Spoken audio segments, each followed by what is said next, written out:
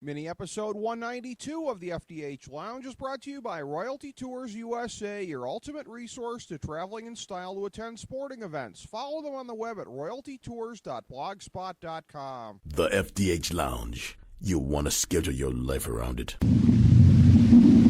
A long time ago, on a gloomy, wet Cleveland spring night, two men stand alone amidst the late-night drizzle. Their voices echo across the vacant station parking lot as they debate the merits of the great American radio show that have been missing for far too long. On that night, an idea was born. That idea became the FDH Lounge.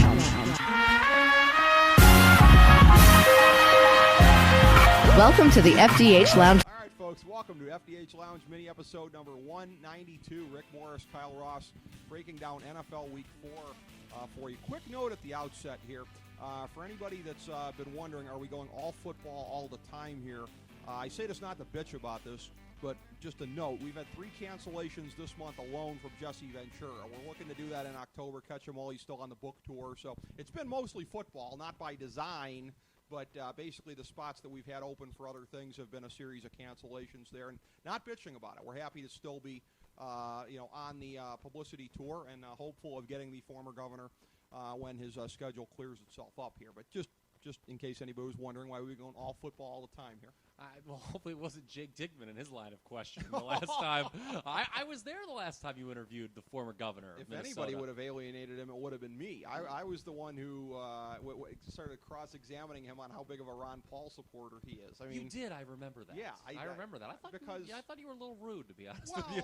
I thought Jesse Ventura doesn't approve of cutting domestic spending like Ron Paul does. Don't insult my intelligence. So and as I say this, I'm blowing the next interview before it happens.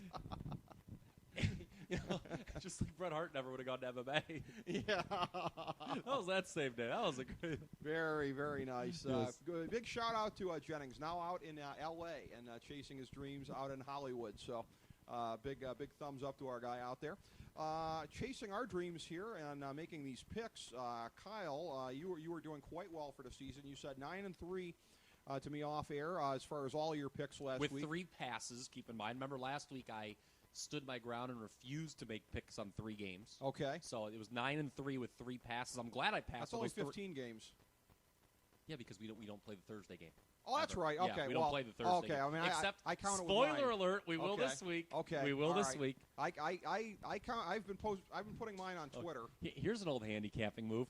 Was that on air or off air? We talked about the line move that went towards Carolina, and we both said we liked the Giants. Because if it's on air, let's make it 10-3. Okay. Okay. Was that on air or off air? There's an old handicapping move. Okay. I know you like the Giants. Okay. I'll give you that one. Yeah. 2-1 last week on your recommended plays. 8-4-1 for the season. Pretty par for the course then. Keep it. 6-10 for me. Thanks, refs, because it would have been 7-9 had the Monday Night Football game been refed competently. What do I tell you? It goes to show. Always take home dogs. Always take the home dog. Particularly when they can be so easily intimidated by somebody like Pete Carroll threatening to sick 70,000 drunks on them. Hey, coach them up, Pete. Yeah. Coach them up. It doesn't matter what your players, I'm sure the ref got a nice slap on the keister Probably. To trademark Pete Carroll move. Yeah. 6-10. I pretty much called that coming off of my 12-2-2 career week the week before. 1-2 on my big 3 picks. 0-1 on my lock pick. 26-20-2 overall for the season. 5-3 on the big 3. 2-1 on the lock picks. We have a very interesting slate of games this week, Kyle, with our first bye week, Indianapolis and Pittsburgh on the bye. Yeah, that's very true, and I think both teams need it too. Pittsburgh, I was thinking, just based on who Baltimore and Cincinnati are playing this week, they could find themselves in an early hole. Very possibly, yeah. I mean, we'll hit kind of each of those the Ravens and Bengals individually as we move forward. And what's interesting? Of the couple games I lost, in a week that saw Minnesota upset San Francisco, Oakland upset Pittsburgh. Again, Ricky, I've got to beat that into everyone's head. You too, I think. Home dogs. You gotta. Here's the thing. I know most people don't think this way because they're taking the inferior team, and certainly if those teams play a series, they always do that. To use a lame analogy, well, if San Francisco and Minnesota play a 7-game series, the Niners win. Right. But the home dog is always the right bet, I think. Okay. But I'd just like to say this, to bring it back full around before I lose my point. Of all the surprises last week, do you know what surprised me the most? What? The Colts losing to Jacksonville. That was the one of the three big recommended ones. I was shocked. I did say, though, two bad teams, though. Yeah, that was a game that not a lot of people talked about because there were certainly so many other things to talk about in NFL Week 3. That was the one that I was like, really? Like, the other ones, hey, Oakland was Pittsburgh struggles on the road. Niners, I thought it would be a flat. I certainly was shocked they lost the game outright to Minnesota. Right. Shocked. And that took me out of my survivor pool a week after I survived the Arizona New England game. Well, I'm done. Well, there are those survivor pools, and I've referenced it because I lost in mine too with New Orleans. Talk about a gag job. There are survivor pools that were in the hundreds and hundreds of people that are down to like 15 people already. Yeah. I mean, almost every one of those things is going to restart probably by week 5. So there was a lot to talk about. It's funny that I said how much I hated last week's card and did well. For those keeping score at home, we're now at 18, 8, and 2 with 3 passes the last 2 weeks, doing pretty well. So I like this card. So look for me to do terrible. All right, the third. And we're going to start right with a rare Thursday edition of FDH Lounge here. Yeah, and because of when we tape this, I always get the picks up on Twitter, and this week doing likewise since it's one of your lock picks, doing that as well. Baltimore hosting Cleveland in a game that started with a line at 12, went up to 13, now seems to have settled back to 12. This is one where I have great trepidation about this. I certainly wouldn't make it a big 3 play, but as pathetic as the Browns look, the worst team in the league on a short week, number 1 wide receiver Mo Mass out, even if some people don't happen to find that terribly hurtful. I'm taking Baltimore, but this is not one I'd want to have any money on. This is one of my big 3 this week, and it's the Browns. And The Browns? Interestingly enough, the reason it's part of my big 3 has nothing to do with the Cleveland Browns. Okay. As a matter of fact, the more we would talk about the Browns, the more it would sour me on this pick, I think. Okay. This is all about a play against. Sometimes you just need to play against a team. And I know that Joe Flacco has looked better through 3 weeks than he ever has in his career in any previous season. But remember the Ravens? They've laid some eggs in previous years. Remember, I believe it was a Monday night game last year. They lost outright to Jacksonville. Yep. I'm not calling an outright loss here. Short week off a controversial and revenge-fueled win over New England at the last second. I don't look for the Ravens to have their A game here at all. And I will go ahead and I'm recommending very strongly Cleveland plus the double. I mean, you know me. I love double-digit dogs as well. I'm always going to go double-digit dogs on sheer principle, unless it's the end of the year. Take the Browns plus the points. Some places, and we'll go with the accepted lines here. We're not going to start line shopping, but I fully expect this line to be bet up closer to 2 touchdowns by kickoff. Okay. So if you do want to take this pick, I'll do a little of this for the listeners too, Ricky. Wait until closer to kickoff because I think you're going to get up to about 13 and a half. All right, very interesting. When you look at it here, I think it's a situation where I'm almost tempted to go Browns just based on the principle that I've said before, that they're the classic penis-punching kind of a team that's going to sneak in and get the backdoor cover. They could be down by 17. Yeah.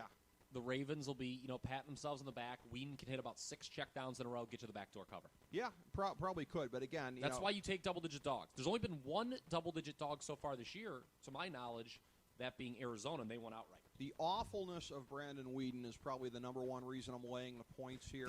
What he did against a frankly surprisingly weak Cincinnati defense. I want to bring that up. Season. I want to bring that up later when we talk about the Bengals, how bad their defense has been. They've made them look good, as they've made everybody look good this year, notwithstanding that they're 2-1. I'm laying the 12.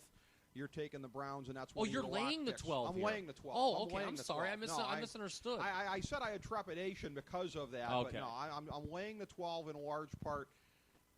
Just about the youngest team in the league on the road on national television. Probably rattled about. A young team is going to be more rattled about the situation with bad replacement refs. Everything's pushing me away from the Browns are going to probably need. This is terrible to ask of it to cross your fingers and hope from an NFL team. They're going to have to score in double digits. Is the only thing. Sure. And that somewhat does concern me. Yeah. Well, Phil Dawson better be pretty limber because everything is contingent on that if they're going to get double-digit points. So that's what we like for the Thursday game here, which, again, by the time you hear this will have come and gone. So you can make fun of us. Yeah, maybe. Exactly. One of us will be wrong. Yeah, the other one will be right. Yeah, that clearly will be the case. The rest of the slate here on Sunday, New England at Buffalo. This is one where you have a little bit of a relatively short road favorite here. New England laying 4, down from 5 earlier on. My instinct in looking at this, again, and this is how I start to make picks like this at this time of the year. New England needs this one so badly. They just really do.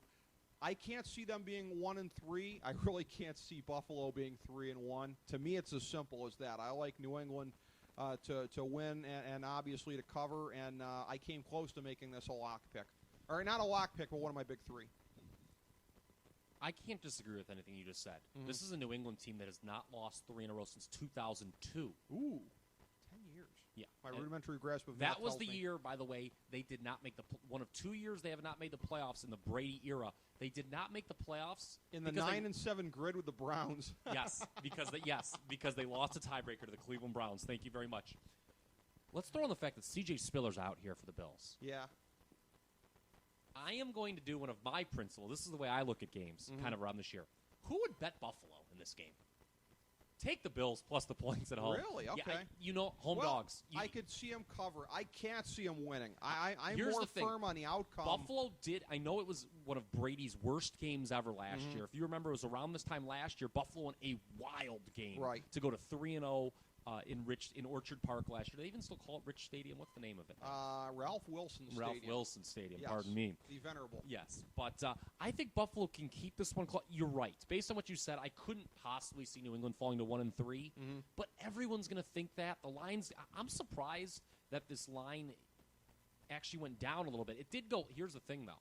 It went up. It opened at 3.5, went all the way up to 5, and then has come back down to 4. Ooh. So it'll be smart money on New England then, probably. It'll be interesting to see. Initially the line move went up. I could have sworn this opened at 3.5. Okay. But I like Buffalo because look, home dogs of 3.5 or higher. Yeah. On sheer principle, I got to go Bills. Although okay. I don't feel great about it though. Okay.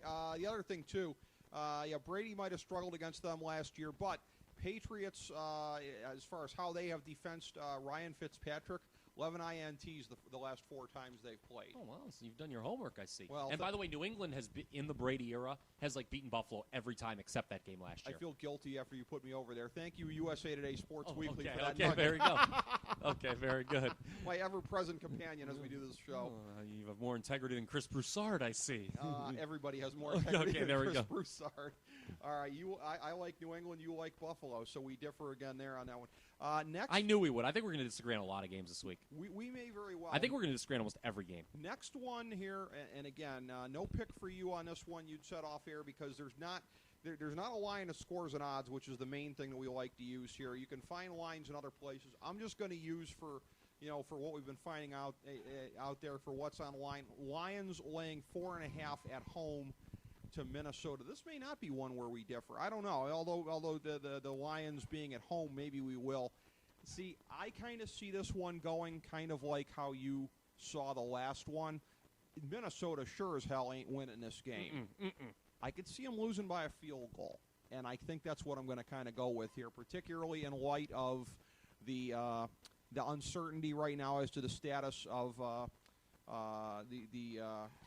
Matt Stafford. Yeah, I'm going to go with the Lions to win but not cover. I'll take the points. I'm shocked by that. This is a pass for me. Okay. But games like anytime that you're midweek and you don't have a line, I just don't like to get involved in games like that. Stafford's questionable. Okay. I will say this: there's a spot right now where you can get Detroit -3. If not that I would recommend doing this or anything, I'm just saying for your information. If you went to say Legends, you could get them at -3. But I would be interested in that because this Vikings off an outright win like that at home. Detroit was a clear candidate. We both tabbed them along with the Saints, if you remember from our previews, as the 2 clear candidates for aggression in the NFC. We're looking pretty smart right now through 3 weeks. Detroit's going to win this game. That's all I'll say. Detroit's going to win straight up, but it's a pass for me. I don't want to be the guy that backs too far off of my initial projections. I did think Minnesota was going to be one of the worst teams in the league. But they have as many wins as I thought they would for the year. Yeah, but here's the thing.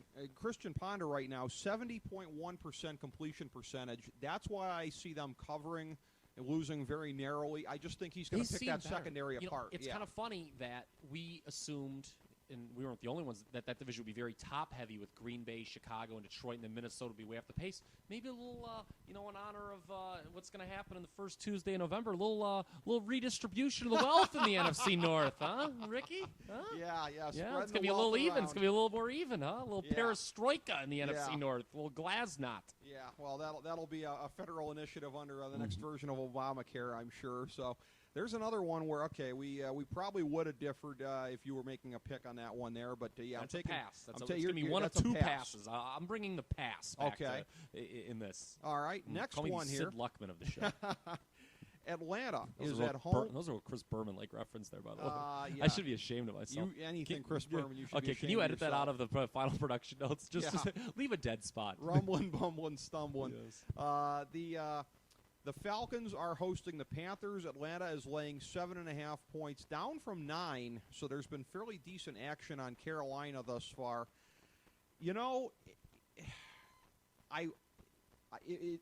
This is shades of last week for me, of where I wanted to go against Atlanta because after the big covers in the first two games there, and then I just couldn't bring myself to under the circumstances. They look good. Same thing here, as shaky as Cam Newton has looked, and with the early money, or not early money, but the midweek money really flowing strongly towards Carolina. That's enough to make me go the other way. Very reluctantly, as with last week, I am going with Atlanta, laying the 7.5. So even with the hook there, I do like the Falcons at home. Cam Newton's got to show me that the sophomore slump is behind him before playing a great team like the Falcons right now, if he wants me to pick him to cover. It's funny. Everyone obviously, and as they should have, got on Newton for the Superman thing. I cringed when I watched it last Thursday. Their only touchdown at home against the New York Giants, a terrible performance by Cam Newton and my Carolina Panthers. But I think it's the Falcons who are going to get caught beating their chests a little too much here. Carolina has clearly been overvalued with all the preseason hype from people like myself the first 3 weeks. I mean, all their games fell into numbers where the line was 3 or less. Remember last year early on, they were very undervalued. Cam Newton really made a early career out of covering through the back door. Right. And I could see that happening here. As long as this line stays over 7, I'm very confident that Carolina can hang tough with Atlanta. Atlanta's interesting. They're clear to me right now. I've got them ranked as the top team in the NFC. All 3 wins, though, against the AFC West. True. This is a lot of points. It's tough to lay more than one score in a divisional matchup. It is tough, but the number one thing I would say that I'm looking at here, for as much as people have been wringing their hands about Michael Turner and the state of the Atlanta running game, and part of that has been that now with going more vertical this year, with the adaptations in their offense, it's just not as big of a part of the game plan. But for anybody that's overly worried about that, Carolina giving up 139 yards a game on the ground, I think it's the perfect get-well thing here for the Falcons' running game, if indeed they even need it. So we're and only their second home game. Only their second home game, too. That's true, yeah. So they're a dangerous home team, I'll be honest with you. But Carolina, with all that preseason hype, you don't want to fall to 1-3. Yeah, that is true. The next game here, our boy from the show here, one of our favorite recurring guests, Kenny Albert, calling this one here at MetLife Stadium in New Jersey. It's the 49ers visiting the New York Jets in this instance here. It is a line that started with the 49ers laying about 3.5, up now to about 4. So a little bit of movement in that direction with San Francisco weighing more points. Again, this is a thing where travel not going to be as big of an issue. San Francisco going back to the Warren, Ohio gimmick or Youngstown or whatever, but staying over towards the PA border where DeBartolo's got the ties there. I'm going to forego any Cosa Nostra jokes because I don't want to get sued. But so the time zone thing won't really be an issue. This looks like just a classic kind of revenge kind of a thing a week after taking Minnesota a little bit too lightly. I think Harbaugh is going to have him shot out of a cannon here in this one. I like San Francisco weighing the 4.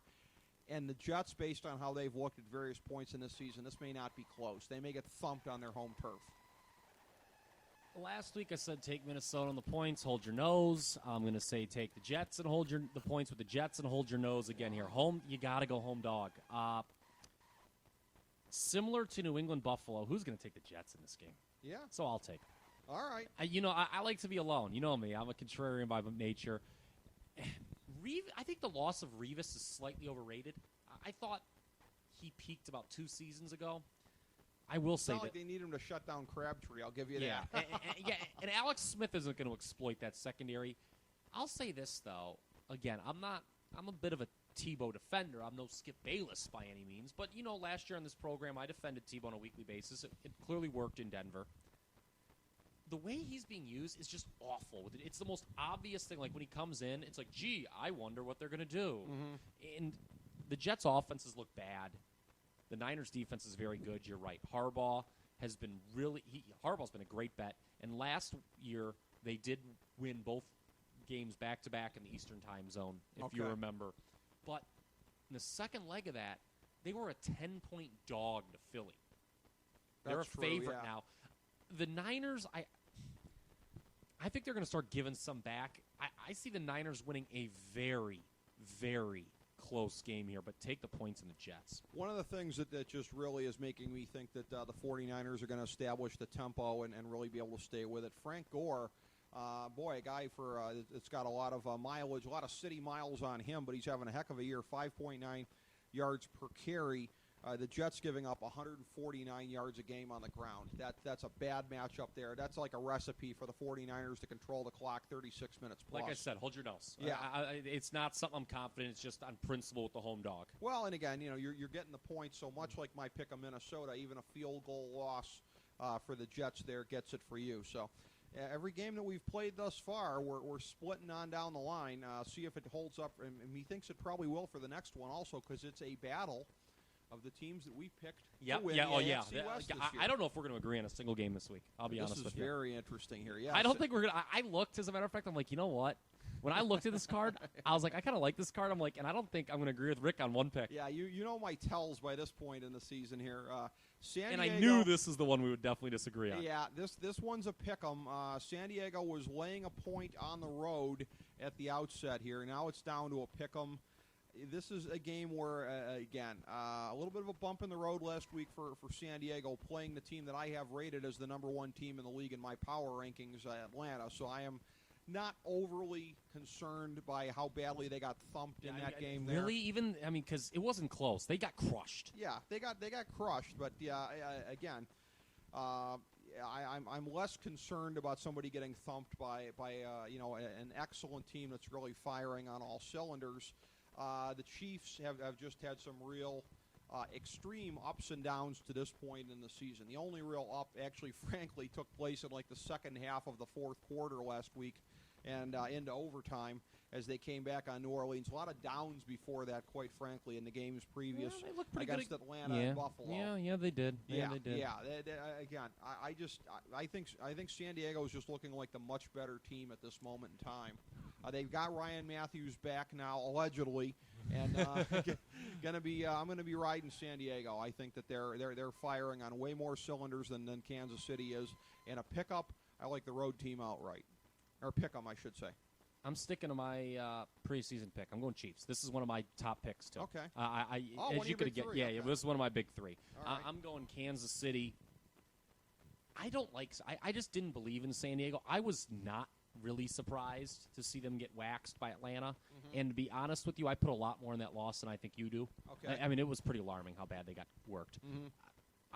I honestly think Kansas City is just a better team. I know it was a tough case to make, and man, they really looked like they were going to be 0-3 against the Saints. But they exploded. And what really surprised me is Kansas City's a team that I thought would be in trouble last week because they would get down early. Mm-hmm. They did. And they're not a team that we've seen in the first two games. Not good when they get down. But I don't see them getting down here. It's at home. Arrowhead used to be such a big home field advantage. They beat Green Bay here last year. They can beat San Diego. I think they're a better team than San Diego. Well, and with Jamal Charles having given me two huge fantasy wins last week, I hate to play the pessimist about my own teams here this week, but San Diego thus far, the one thing they are doing, 67 yards a game on the ground. They've been hard to run on. Yeah, but who'd they play those first two games? Oakland, they stink, and Tennessee's pretty bad, too. Oakland's got McFadden, dude. I mean, Yeah, that's, you well, know, yeah, they've, but they've held McFadden, Michael Turner, and Chris Johnson in check.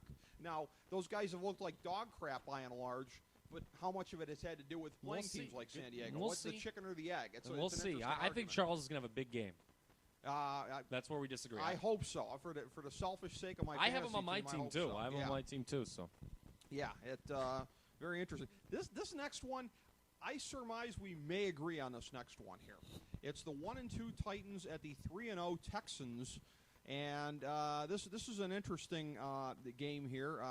Tennessee with a must-win game last week, salvaging whatever hope they still have. One of for my this big season. picks. One of my. Yeah, I right. said something would be in the air, and sure enough, they scored all 5 of their touchdowns on ridiculous plays. And this is one where, and again, maybe I'm sort of going against what I've said previously about a team playing a great defense and everything like that. I should be scared as hell of a rookie like Jake Locker in a situation like this, and I kind of am. But 12 points, I think the back door is open in this one here. Houston is going to lay it to them, but I just think Tennessee, last-minute field goal or whatever to get that sumbitch down to 11. Tennessee, I think, covers the 12. I have no doubt they will lose and lose soundly, but I think they're going to sneak through. This is kind of weird because my eliminator, if I were to give away an eliminator pick this week, it would be on Houston. Okay. But I like Tennessee, too. Double-digit dog. Houston, look, they're my pick. I have Atlanta number 2 in my power rankings right now in the league. I have Houston number 1. And as good as Houston is, and I picked them, remember, to go win the Super Bowl, I just see this one being a little bit closer than the experts think. That's too many points. Houston is now in a role where they're going to be routinely laying big points. It's new for them. Tennessee did show a big play capability. The only thing that scares me is you don't get that every week. I mean, they're not. I mean, it was an NFL record last week, 5 touchdowns of 60 or more. 2 of them, I think, were non-offensive. One of them was a botched coverage by Detroit where they didn't even know where the ball was. Yep. So, not my favorite. Hold your nose. Take the double digits with Tennessee. Yeah, I agree on that one. Also, looking at this, and we really have yet to say this too many times this season, if at all, and it's rare that you would say this about a battle of the 2 best teams in a division, albeit there's a big gap between number 1 Houston and number 2 Tennessee, but a potential look-ahead game, Houston's next game Monday night are against the Jets. That's a good thing. Yeah. And is it in Houston or is it it's in New York. Oh, it's in New York. They'll still be looking for because they're not a team. They're a team that doesn't get a lot of Monday night games. So, Right. Yeah. So I think that's a situation again for Tennessee to keep it close enough. I was right. That is where we agree for the first time here. Next one up, Arizona is hosting Miami. This is a very, very, very interesting game. One of the more intriguing games of the week, I thought. The 1-2 Dolphins, the 3-0 Cardinals. In the sense of, part of it is too. From a line perspective, it is interesting. I'm not going to be glued to my TV watching this one. Arizona's gone from 7 to 6, which I kind of find interesting. Maybe I just find it interesting because of the conclusion that I've drawn here in this game, and that being, I think I like where your head's at here. It's going to be, and this may be very counterintuitive because of Reggie Bush having the knee injury that he has in the game. But I look at this, and Arizona really put it together for at least a part of the game last week against Philadelphia. But on the whole, a relatively unimpressive 3-0. And I look at this, I look at the problems that they've had running the ball. I look at the fact that the Dolphins have been stout against the run, 65 yards a game I like where your head's at. Miami to cover, and this is, I don't even know where this is coming from. This is coming from a deep, dark place inside of me, and I swear to God, this is not me as a Dolphins fan. I have the oddest feeling in my gut. This could be an outright upset on the road. I like where your head's at. Miami is taking. They're going to cover the 6. I'm not going to go that far, but I do like the Dolphins plus the points. This is a classic case of Arizona now kind of being on the national radar because they're one of 3 3-0 teams. What they've been a dog in every game, right? They were a home dog against Seattle. They were a double-digit dog against New England, and they were a home dog against Philly. I don't like. This is the classic case where I don't like a team now as a favorite. Right. And we said on our preview that as bad as Miami was in the preseason, and Hard Knocks, there's a lot of ill will from that. Look for them to win a little bit more than you think. I thought they could they wouldn't achieve the same level of success Cincinnati did last year, but they would certainly do better than people think, like Cincinnati did last year. And I'm going to go with the points. I'm going to take the points here. Arizona, look, I looked at their schedule. I want to make this point about Arizona, by the way. They're going to keep winning. They're going to have a really good record after about 7 or 8 games. They're going to be like 6-2. I looked at their schedule though. It's really backloaded. Okay. They're going to fall apart late. I'm not buying this team with that quarterback situation and that offensive line. I would agree. You don't win in this. I mean, Alex Smith, people forgot, really much came into his own last year. I mean, he's not great, but I don't think this quarterback situation's settled at all between Cobb and Skelton. And God, I after I ripped Coach Wiz so bad on our previous show, I'm kind of rooting for Arizona to lose a few games. Coach him up, Wiz, yeah. But I'll tell you what, though, I guess it's a thing where the feeling that I have about this game is just because when you're talking about the Cardinals now being favorite and everything like that, I'm a real slow person to move to embrace the big changes of. Here's the thing, this game is going to be used in a lot of eliminator pools this week. People cannot fathom that Miami could beat Arizona. Yeah, I like where your head's at. 2 weeks ago, people couldn't fathom Arizona could beat New England. Yeah, they've gone from one end of the spectrum to the other. Overvalued.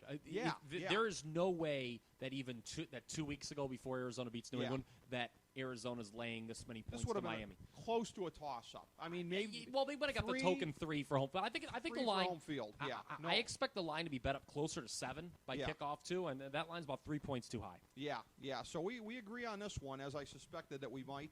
The next one here, Denver is at home, and they are laying 6 to Oakland. It went up to 6.5 briefly, but it looks to have settled back down at 6.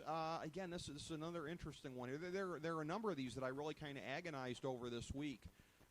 It's a thing where I had a feeling coming into the season. I didn't rank either of these teams as even being at 500, and that put me at great variance with the rest of the world in terms of the Broncos. I think people saw the Raiders struggling, kind of a transitional year, new regime.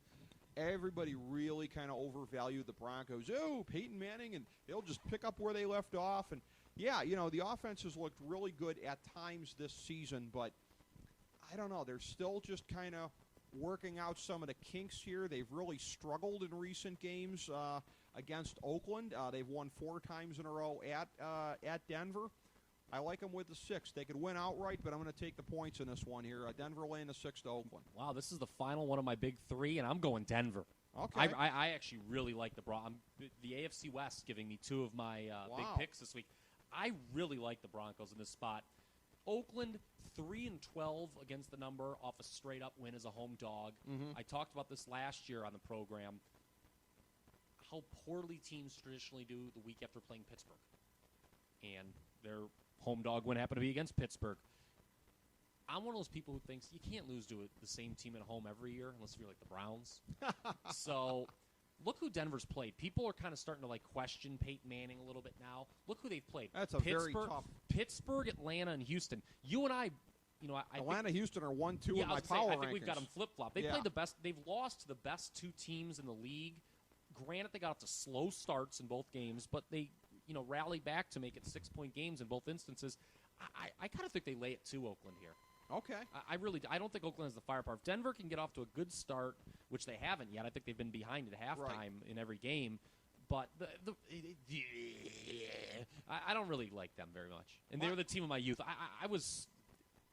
That was a pretty surprising when they pulled off last week. And they've also swept the division road games against the spread the last 2 years. That's going to come to an end. I just see the Broncos. The more I talk about this might be my favorite pick of the week, the Broncos. Really? Okay. Yeah, I really like the Broncos. See, my sense is I don't One think of the few favorites I liked. Have I taken a favorite yet? That's your first one, I believe. Yeah. Yeah, that is. My sense in this one is, Denver I don't think is going to, Oakland isn't going to do much offensively, but I think Janikowski there in the thin air. I love Janikowski. He's going to get 4 or 5 field goals. Do you know that he's 118 of 140 on field goals since 2008 with 33 makes of 50 yards or longer? Yeah. Yeah, it's an unbelievable I mean, career. he is great. I mean, he's he's the kicker on both my fantasy teams. You knew he was going to make it last. I mean, he just always. I mean, he just comes out. It doesn't even seem like he cares. And in the altitude, I mean, I don't know that you can necessarily underplay that. I think he's got the chance for 4 to 6 field goals this week under the circumstances. Broncos defense is overrated. I said it all last year. Then they still are, actually, yeah. So that's very interesting for leaving the back door open. You know, everyone said that they carried Tim Tebow. No defense gave up more 40-point games last year than Denver Broncos. Tim Tebow carried Denver. Well, Denver, I always said last year, they had a great defense situationally. That's a great call by you. They could make plays at times. If you looked at their numbers weren't great. No, they weren't. Like I said, no team gave up more 40-plus point games. Yeah, but they could just kind of summon it up in the moments. Speaking of which, I'm sure Green Bay is hoping that the refs can summon it up in the right moments here this week. They are at home playing New Orleans. Green Bay started out. This kind of puzzles me. They're laying 7.5. It started at 9, which tells me that the public and all the mouth breathers have been jumping on the Saints. That shocks me. Which I don't understand. Because that shocked me. If ever there's a game, for as much as New Orleans is reeling, and for as much as Mike McCarthy's going to have them shot out of a cannon Sunday, I don't like to oversimplify generally, but I will in this one. Green Bay will come out and probably beat them by 40. After taking the worst plunger raping in the history of the NFL Monday night, Green Bay, there is no way. I should have made this one of my lock picks here. Wow. I didn't, but yeah, they're going to cover the 7.5 without breaking a sweat. New Orleans is still just reeling themselves. I certainly don't see them getting it together after what they did last week against Kansas City. See, I'm passing. Okay, I don't like this game at all. Okay. I'm going to tell you something right now, and granted, I told you like the couple games that I lost in week 2 were because I made overreactions to what I saw in week 1. I'm not liking what I'm seeing out of Green Bay.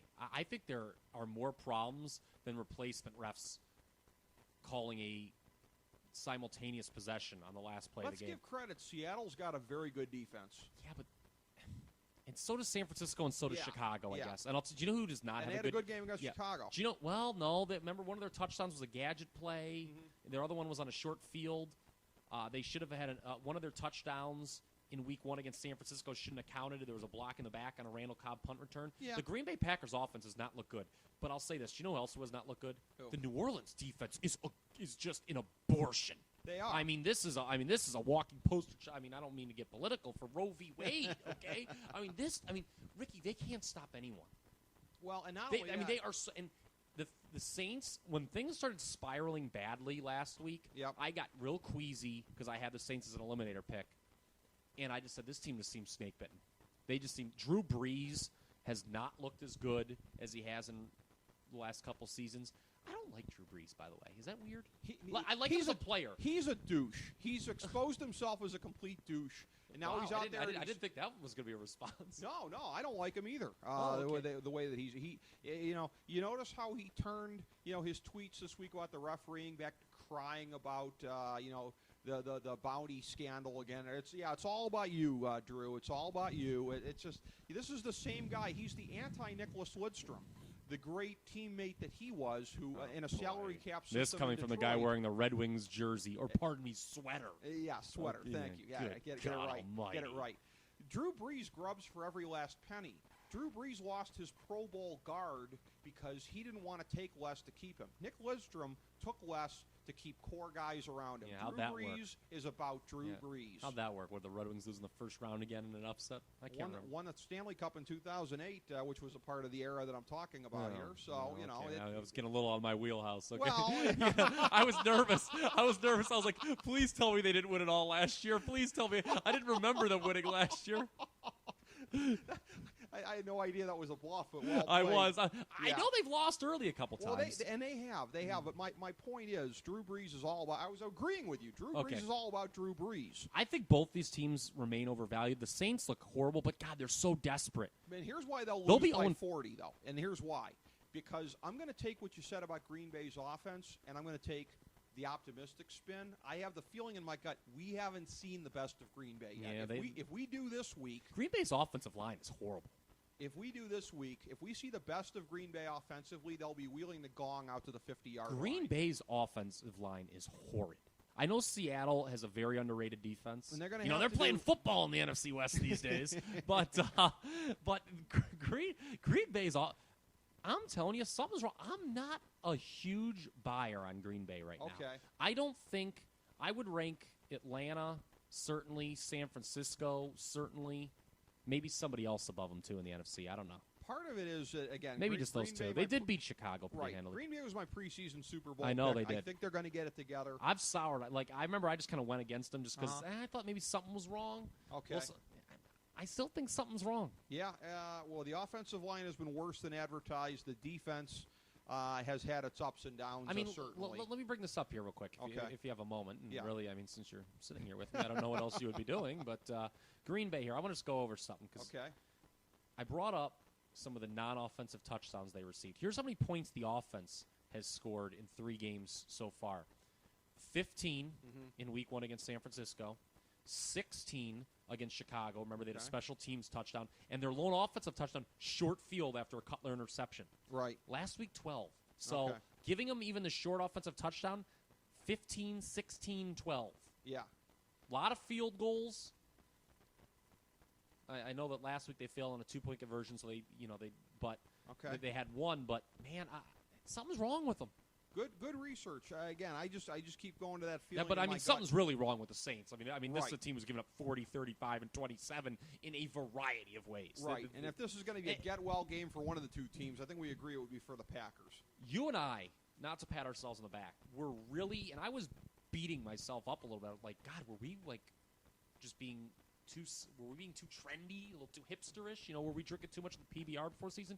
Because right before the season started, everyone's like, yeah, the coaching thing's a big deal, but they still got Drew Brees. You and I were very adamant about how Drew Brees is a coach on the field. You can't overestimate, really. Look, we said, I think you agreed. I definitely know I had it as my number 1 futures bet, Saints under 10. That thing may cash by halfway point of the season right now. That you can't. That coaching situation is this. Who is this guy they got coaching? Who is this? Aaron Kramer? Aaron Cromer? Who is this Hammonegger? This guy is terrible. This guy makes Rich Kotite look like Vince Lombardi. You're gonna have your winnings on that ticket by the time you're eating your Thanksgiving dinner. Wow, there's a prediction. Okay, by the time I usually pretend to fall asleep right after that too, so I don't have to talk to my family. Hopefully they're not listening. By the way. I never have to pretend. That damn tryptophan. Oh, yeah, they always. Even if I have a monster with my turkey, I'm still dozing afterwards. I don't know what the deal is. This next one here, I got to tell you, it could be a live dog in this next game here, albeit it's a road team talking about here. Washington at Tampa, battle of 1 and 2 teams. I might agree here. Tampa is laying the 3 at home. Again, it looks to me that it's purely that they're at home. Tampa Bay's really kind of had their ups and downs.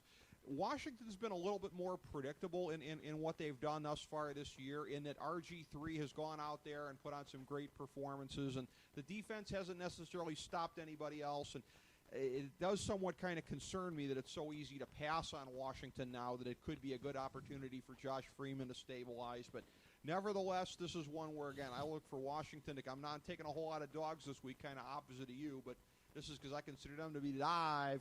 Washington to take the 3 points. They won't even need it. I think they'll win outright in Tampa. This is a fair line. I would say going into the season, I had these teams even. So Tampa Bay playing at home, -3. Washington got overvalued off the RG3 performance in New Orleans. We kind of have seen now in recent weeks that, that was really surprising that a team like Washington goes into New Orleans and Week 1 pulls the up. No one saw it coming. Right. But how bad has New Orleans looked the last 2 games? Right. Do you know who else I don't like while we're talking about people I don't like? Who? Yes. Well, Greg Schiano. Yeah, he needs to hit the soup line. We're going to coach till the final whistle. What do you say you try to stop Eli Manning when it counts? Yes. What about the first 55 minutes? How about coaching? Although they did show video, and Rutgers, as much as people made fun of that, they did do that a lot. You know what, though? But here's what I hate, and this goes back to my previous Rob Ryan rants. I hate internet tough guys. You can't throw a dead rat on Facebook or Twitter without people, that's real football. You play to the final whistle. Shut up, asswipe. I don't want to know you. I really got you fired up. That's here. like a license to defriend if I see you defending Greg Schiano. You know what's amazing is What? I thought going into today there's no way anyone had more vitriol towards Drew Brees and Greg Schiano. Yeah. And little did I know that I'd be doing a radio Surprise. program with someone who hated them both more than me. You wound me up. Well, give a slight check mark to Washington. Tampa Bay's covered the spread in all 3 games. This is the time of year where I start looking for those things and go the other way. Yeah, that's true. The backdoor cover last week against Dallas, their offense did nothing against the Cowboys last Right. week. You want to rip on your boy Rob Ryan. His defense looked real good last week. Yeah. Again, against think we're gonna- Tampa. yeah. So I mean, Yeah, we that's start true. to get into the chicken and the egg here. We skip ahead because I we knew always- that we always Washington-Cincinnati game, by the way, would be. I told my buddy, look for this to be the most entertaining game of the weekend. It would have been had not for that crazy Detroit-Tennessee game. Well, that's true. Yeah. That a couple of once in a generation games there. We skip over the Sunday nighter because we always take my big 3 as the last 3 that we do. To the Monday nighter, to a game that you will be seeing in Big D. Yes. Chicago at Dallas Monday night. I will be there. Dallas is laying 3.5. It had been up as high as 4. It started at 3.5, so it's been bounced around in this range. Interestingly enough, has not gone down to 3, where it seems a lot of times popular to have a line. It's not gone down to that point. This is one where really I kind of went back and forth on this. It's a mirror image thing to me as far as 2 teams that at this point, as much as anything else, are really Unpredictable. well. And where does it come from? It Yep. comes from the most important position on the field, quarterback. Yeah. What are you going to get out of Tony Romo? What are you going to get out of Jay Cutler? These are 2 hard teams to bet on right now. Well, they are. And you got quarterbacks that are prone to making stupid decisions at different times here. Here's what I go back to more than anything else. I look at that. I mean, all things being equal, as much as I love Michael Bush and as great as he's been for my fantasy team, all things being equal, I would take DeMarco Murray over Michael Bush. Maybe not by a lot, but by a little bit at least anyways. But the Bears are giving up 76 yards a game on the ground. Dallas 111. I think it's going to be easier for Bush to run than it will be for Murray in a close game. That makes the difference for me. I say take the 3.5, take Chicago on the road Monday night. First of all, sold my segue on Rob Ryan, which I thought was going to work so well because I knew we were skipping the Sunday night game. 2, you thought there was controversy. Yeah. Okay, on last Monday night. How about when I'm present in Jerry World? Okay, you talk about poor decisions with Cutler and Romo. Yeah, I mean, Kyle Ross and Shad Repack invented the poor decision making. Okay, You and Rob Sacamano. I mean, this one could get real ugly. Here's an FDH Lounge first. Okay. I'm not passing on this game, but I will not be picking a side. Here's the thing. Okay. Based on preseason, I think there's some value with Chicago getting more than 3. Mm-hmm. But home teams, and I'm somebody who goes to a lot of random sporting events in a lot of random cities, home teams always show up when I go. Okay. I remember I went to granted it was the Royals were the visitor, but I went to a Tigers-Royals game earlier this year, and the Tigers were great. Okay. Was that last year? What year is this? This is 12, I believe. Okay. Yeah. It was actually last year. Okay. Chad Repack, if you're listening, when did we go to that Flaming Lips concert in Detroit? I can't remember if this was this year or last year. Okay. I can't remember at all. Okay. I think it was last year. Almost positive.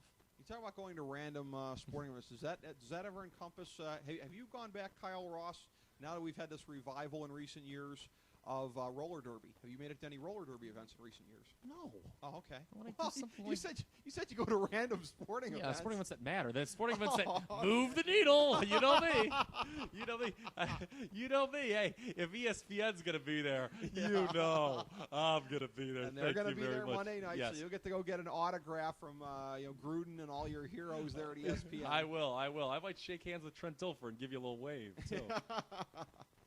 You know what I'm picking here? What? Over. Over. First in FDH Lounge history. I'm Okay. picking a total on this game. I'm going to go Okay. over. I can't.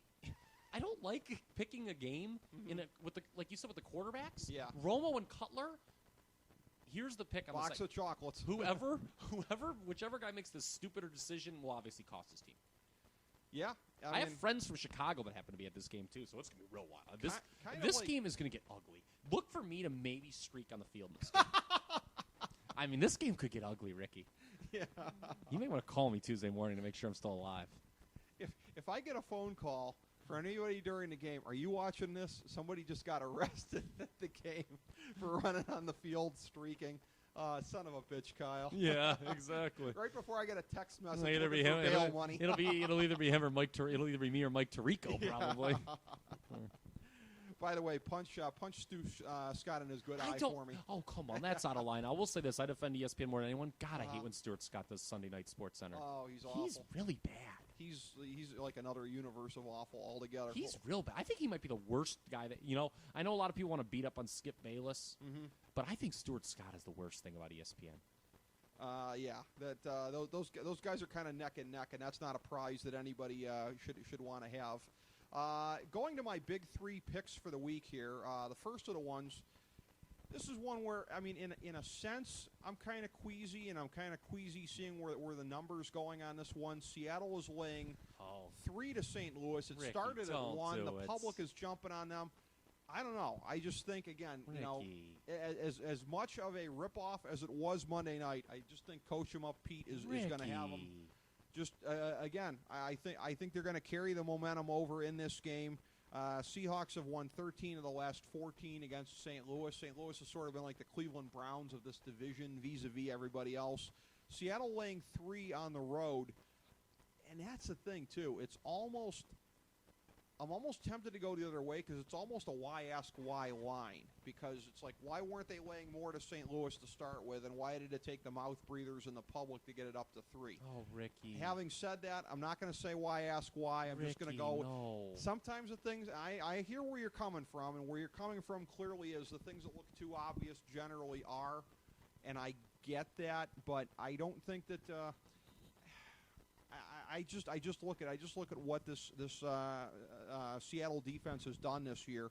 59 yards a game that they've yielded on the ground. So Steven Jackson is not going to be able to do enough to get the heat off of Bradford. I just think it's going to be a swarm on him all day long.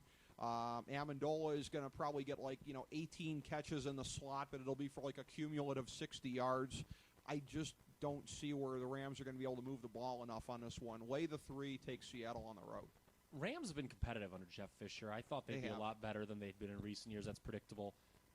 This, for me, short week is all about Seattle on the road. I've brought this up before. Last week I had the Seahawks. It was obviously a very fortuitous cover at Qwest Field. But this team has the strongest home-road dichotomy in football.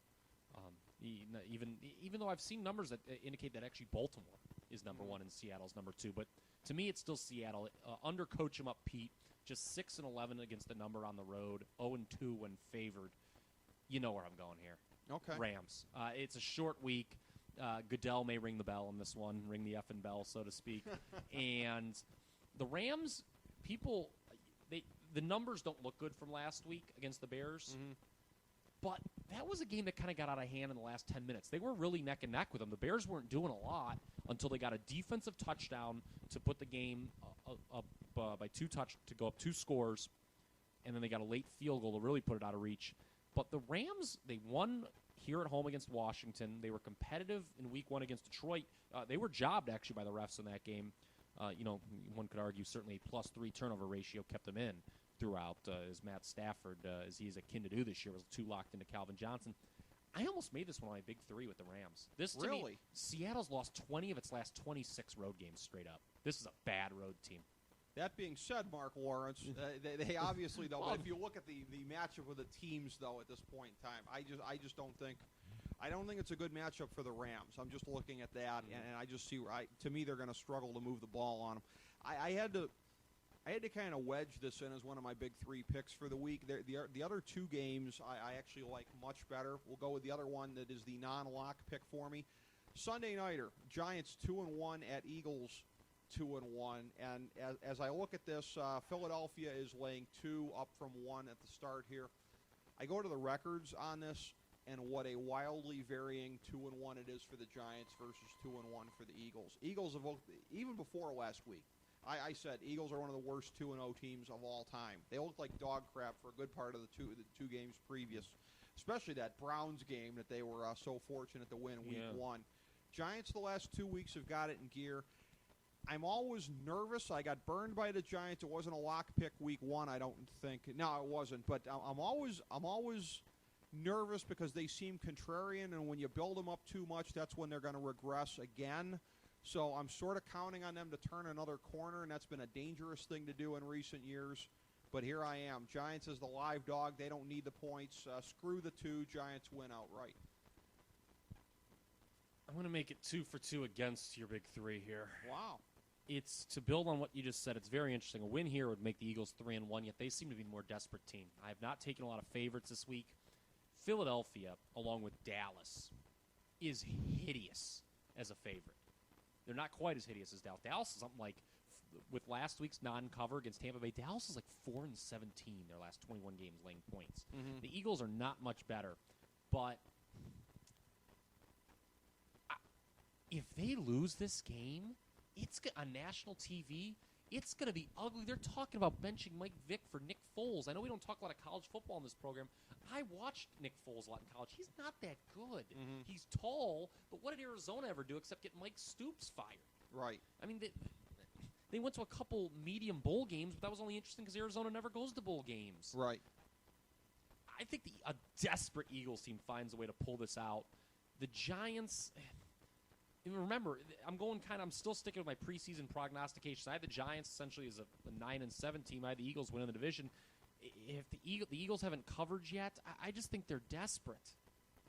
Well, and it's interesting. You're making to me, I think, a compelling case for going the other way, in that no question who needs this one worse. Oh yeah, and There's thing is no too, doubt about the that. Eagles' offensive line could be in some real trouble here. Yeah.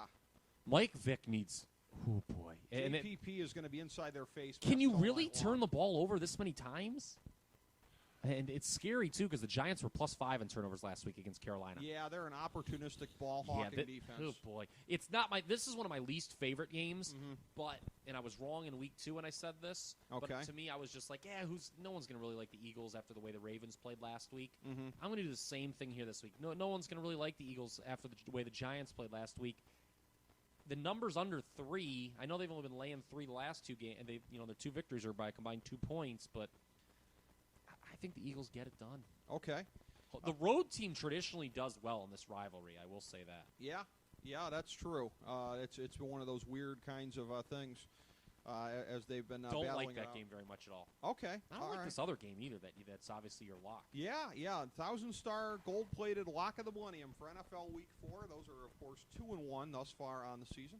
Cincinnati is laying 2.5 to Jacksonville. They started off laying 1. Again, that this should give me some sense of pause.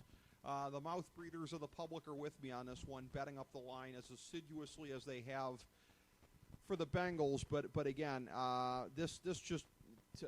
And again, much like the Seattle-St. Louis game, sometimes the games that look too obvious can be that way and can be dangerous. But I just think, again, that Jacksonville's going to struggle to stop Cincinnati. And while there is the chance of Cincinnati making Gabbert look better than he really is, much like they very kindly did for Brandon Weeden in Week 2. That's Bengals have given up 262 yards a game through the air, and yet 258 for the Jaguars, 154 yards a game on the ground that they've given up, albeit for Cincinnati, very, very close on that, 155 yards on the ground. So you know what the game plan is going to be for Jacksonville, try and pound it against that soft Cincinnati defense.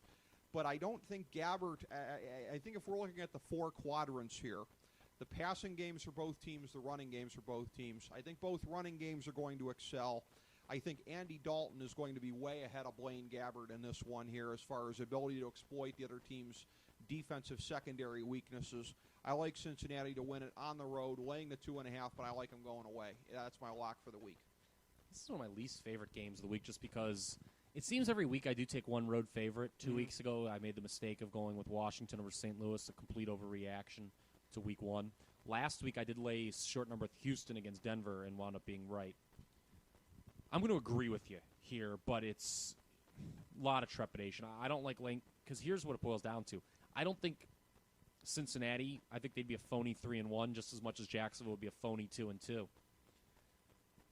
Had Jacksonville not won last week, I might be more inclined to back them. But they won. And Mike Zimmer's defense, I think we mentioned this a little bit at the outset when we were talking about the Browns-Ravens game, has really regressed. I mean, they've looked terrible. Horrible. But does Jacksonville really have the offensive weapons to exploit that? I don't think so.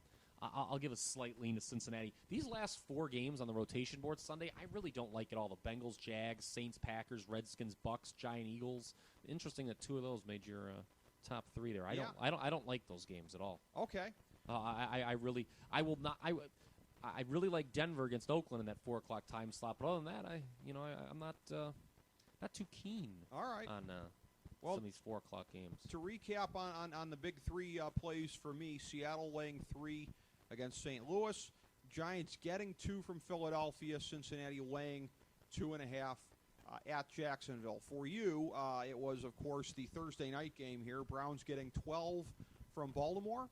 Kansas City in a pick'em situation at home against San Diego. And your third one is Denver at home laying 6 to Oaktown. So should be very interesting. Two AFC West picks, that's actually. That's what I said. I think the AFC West is going to be very kind to me this week. I think it's going to be very kind. Yeah, we'll see. Well, now that the NFC West has surpassed it in terms of divisions. It has, at least for now anyways. The PBR sipping hipsters will be telling us that the NFC West is the new home of power football in the NFL, Kyle. Yes, they probably will. They probably will. Keep spinning your vintage records, hipsters. As we bring the show to a close, we would like to extend our deepest gratitude to NBC, CBS, ABC, Fox, all Clear Channel affiliates, TNT, TBS, USA, UPN, Deadspin.com, YouTube.com, YTMND.com, MySpace.com, various blogs, Fox News, CNN, CNBC, MSNBC, IamBoard.com, Billboard.com, Google.com, ESPN, ESPN2, ESPN News, ESPN Classic, NBA TV, NFL Network, Sports Time Ohio, Athlon Magazine, Comedy Central, Cartoon Network, The Boomerang Channel, QVC, BET, The Spice Channel, Steno Notebooks, Manwich, Papermate Office Supplies, waitresses, strippers, bartenders, garbage men, janitors, microwave popcorn, the writers of The Office, Scrubs, Entourage, My Name is Earl, Oz, Metalocalypse and the Boondocks, Aquafina, and the Periodic Table of Elements.